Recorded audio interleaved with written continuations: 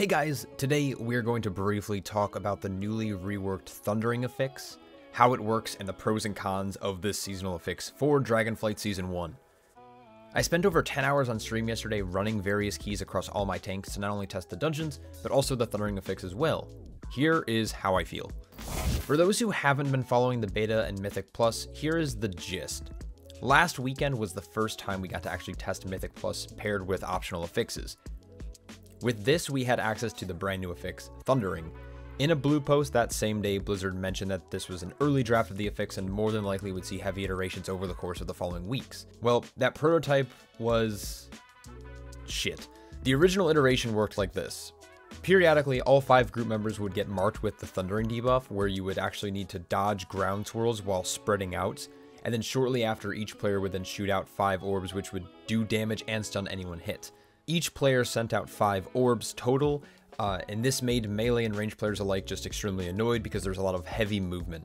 People actually hated it so much that most players actually, during the testing for the rest of the weekend, actually opted out of running the affix, knowing that there was going to be no way that it would ever go live like that. Blizzard, to their credit, very quickly adapted to this feedback and gave actually a second iteration of the affix, which, while better, there are still some issues. Here is how it works.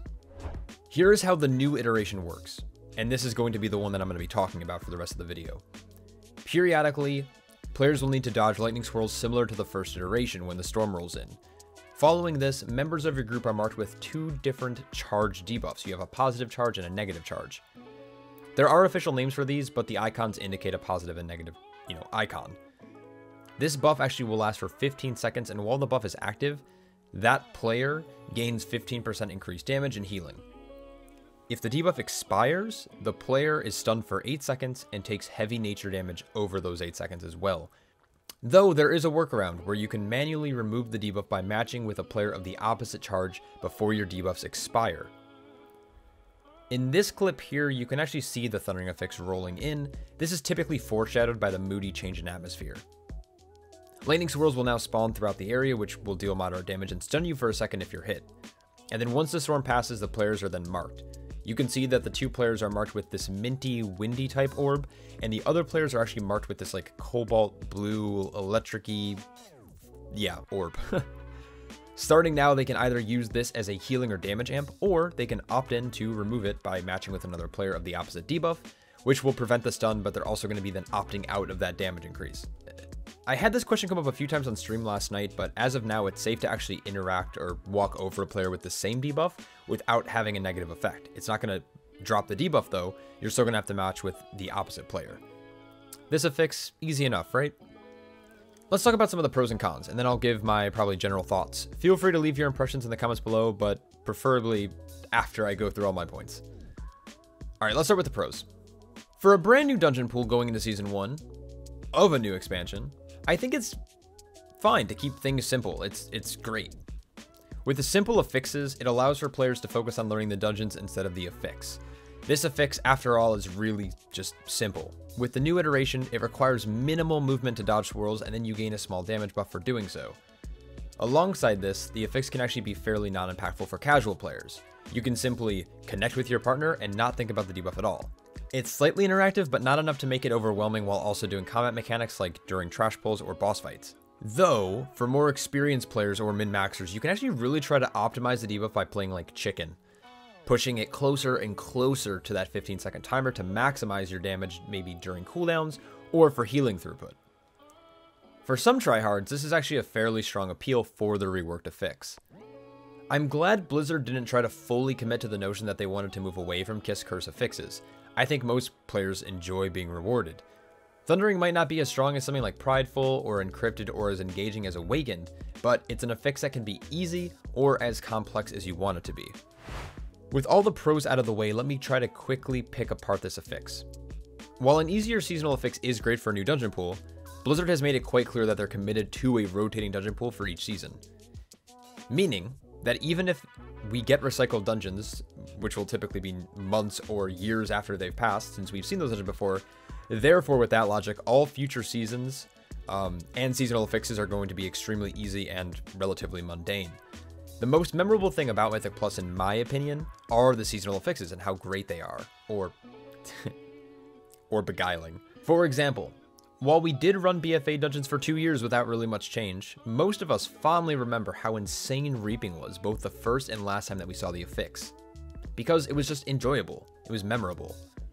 Awakened was easily the greatest seasonal affix ever to grace the player base as well, with its flexibility in routing, and changing the pace of the entire dungeon pool. And who can forget the insane cooldown reduction from the encrypted relics or the speed and concealment from Woe Drifter. Those will actually go down in the history books. They're great affixes that are memorable and impactful. Thundering, though, in this state is just not that. It falls short. This affix is so weak and uneventful that I can honestly see this current iteration being just a weekly affix, a literal weekly affix. It's thematic at best, since, you know, we're dealing with these primalists, but even then, I'm already over it. Also, as a tank main, we rarely get to actually interact with the debuff as well. The affix will always target 3 DPS players, and then the last debuff will be either applied to the tank or the healer, favoring the latter. After the 10 hours of testing that I did last night, I would say that on average, I get to interact with this affix once or maybe twice per dungeon, if I was lucky. And normally it ended up being a DPS just spazzing out and then jumping the gun early, meaning that the affix is actually relatively uninteractive for tank players. It's a pretty bad feeling not to get to actually partake in one of the best things that I like about Mythic Plus, which is generally interacting with the seasonal affix. Though I will say I do see both the appeal as well as the repulsive nature of Thundering. I'm sure we're going to see plenty of changes to the affix over the next couple weeks, but if I may be so bold, I would like to offer a slightly better design that rewards the entire group. Not sure if this is good or not, just kind of spitballing. I think that the first half of Thundering is fine, like storm rolls in, players need to dodge swirls, it gets dark, whatever. That's fine, it's good. But instead of granting 80% of the players a damage buff that actually can be negated by players jumping the gun early or by just connecting with you because they're freaking out or whatever it might be, which is definitely not friendly in a pug environment, I would like to maybe see the debuff applied to only 2 players, 1 positive charge, 1 negative charge, but cut the duration in like half, cut it down to 8 seconds. But that debuff isn't giving you the damage amp, but instead, when those players do connect, it will give your entire damage or your entire party a damage buff for, you know, 10 seconds, 8 seconds, whatever it might be. It might also be cool to see something like it lasts for 15 seconds, and the faster you can connect with those 2 players together, the remaining time left on the debuff is how your group will benefit. So you have 15 seconds to connect. Let's say it takes you 4 seconds to connect with your player. Your entire group will get a damage buff for 11 seconds because that was the remaining time on the debuff. I think that would be a little bit more enjoyable than what we currently have because 1, it benefits the entire group, and it kind of gives it like this kiss curse effect where you need to match with someone quickly and identify that situation. And by doing so, it rewards the entire group for doing it. So just a thought. I think this would actually just make it more engaging in general though, and, you know, benefiting the entire party is just nice. I do feel like they can actually turn this affix into something that's great, but I just wanted to give my first impressions of the affix after the pretty much almost entire rework from the first week to the second. But anyways, let me know what you guys think in the comments below. Also, I do stream on Twitch if you ever want to stop in and check me out. It's a vibe. Anyways, huge shout out to my Patreons who support me over on that platform. It means the absolute world to me. Hope you're all staying happy, healthy, and I'll catch you all in the next one. Peace.